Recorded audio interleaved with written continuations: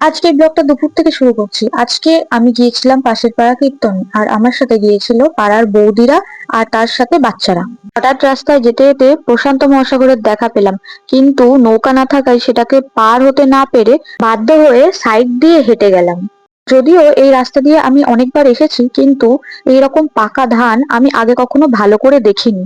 অবশেষে আমরা গন্তব্যস্থলে পৌঁছালাম। এসেই তো দেখি এখানে এত ভিড়, দাঁড়ানোর জায়গা পর্যন্ত নেই। এখানে এসে প্রথমেই আমরা কপালে তিলক কেটে নিলাম, আর আমাদের সাথে সাথে যারা এসেছিল তারাও তিলক কেটে নিল।